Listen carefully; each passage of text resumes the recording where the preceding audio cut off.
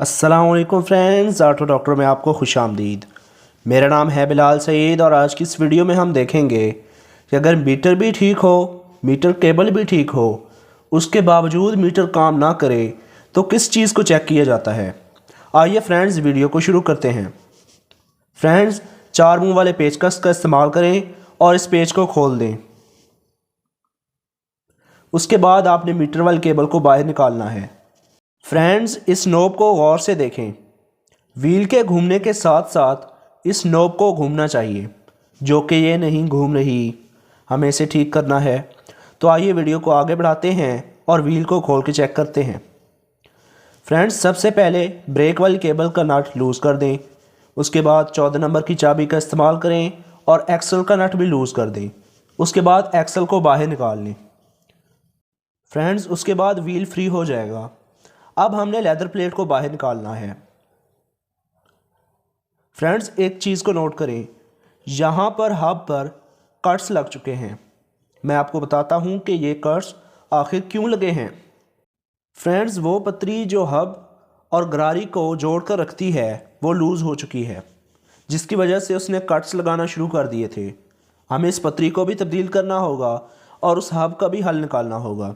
तो वीडियो को आगे बढ़ाते हैं और इन दोनों चीज़ों का हल निकालते हैं।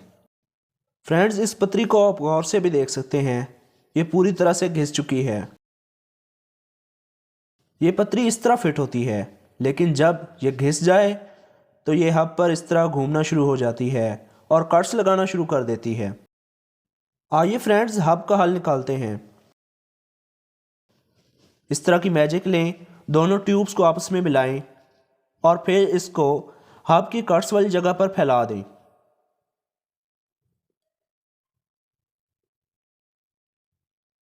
फ्रेंड्स, उसके बाद कपड़े से बेरिंग को साफ़ कर लें। अब बारी आ गई है इस गरारी की पतरी की। फ्रेंड्स, इस तरह की पतरी मार्केट में मिल जाती है। ये आपको 20 रुपए की मिलेगी।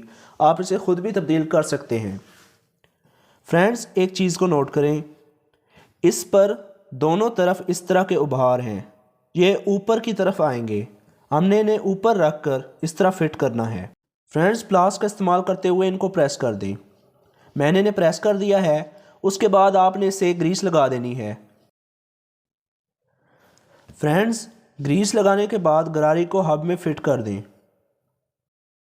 फ्रेंड्स, उसके बाद इसकी लेदर प्लेट को अपनी जगह पर फिट कर दें। अब बारी है व्हील को फिट करने की। फ्रेंड्स, एक्सल को शॉक में से गुजारें। उसके बाद व्हील के हब वाली गोट इसकी सील में रखें। फ्रेंड्स, उसके बाद हमने व्हील को ऊपर उठाना है और एक्सल को सेंटर में से गुजार देना है। अब बारी है 14 नंबर के नट को टाइट करने की। नट को लगाएं और 14 नंबर की चाबी का इस्तेमाल करते हुए इसे पूरे तरीके से टाइट कर दें। इसे आपने लूज़ नहीं छोड़ना। फ्रेंड्स, उसके बाद ब्रेक केबल के नट को टाइट कर दें। आइए मैं आपको चेक कराता हूँ कि इसकी नोब घूम रही है या नहीं। फ्रेंड्स, आप देख सकते हैं कि व्हील के घुमाने के साथ साथ ये नोब घूमती है। इसका मतलब हमारा काम ठीक हो चुका है। आइए अब इस केबल को दोबारा फिट कर देते हैं। बिल्कुल वैसे ही 4 मुंह वाले पेचकस का इस्तेमाल करें और इसके नट को टाइट कर दें। फ्रेंड्स, अगर आपको वीडियो अच्छी लगी तो वीडियो को लाइक करें, चैनल को सब्सक्राइब करें। Thank you. अल्लाह हाफिज़।